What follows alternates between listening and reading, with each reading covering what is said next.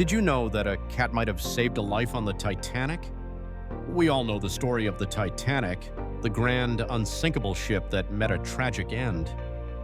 But hidden in that history is a quieter story. A story about a cat named Jenny. Jenny wasn't just any cat. She was the Titanic's official rat hunter, brought aboard to control pests during the ship's sea trials. While the world was dazzled by chandeliers and grand staircases, Jenny quietly made her home in the galley, where a kind-hearted workman named Jim Mulholland took notice. He gave her scraps from the kitchen, built her a warm nest near the boiler, and watched as she gave birth to a litter of kittens.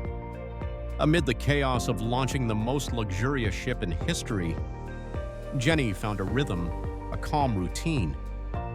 But then, something changed. Just days before the Titanic was set to leave Southampton, Jenny grew uneasy. She paced, she watched the crew, and then, without warning, she started doing something no one expected.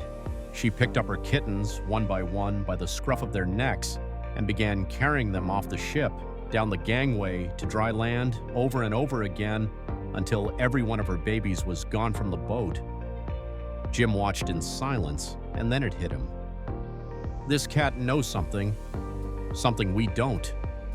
Trusting his gut, and maybe Jenny's, Jim packed up his things and quietly left the Titanic.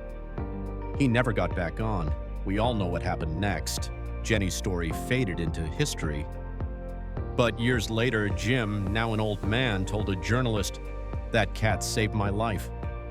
Not with words, not with a warning, but with instinct. Sometimes the smallest actions carry the greatest weight. Sometimes the only real sign was a quiet creature walking away. Because heroes don't always wear uniforms.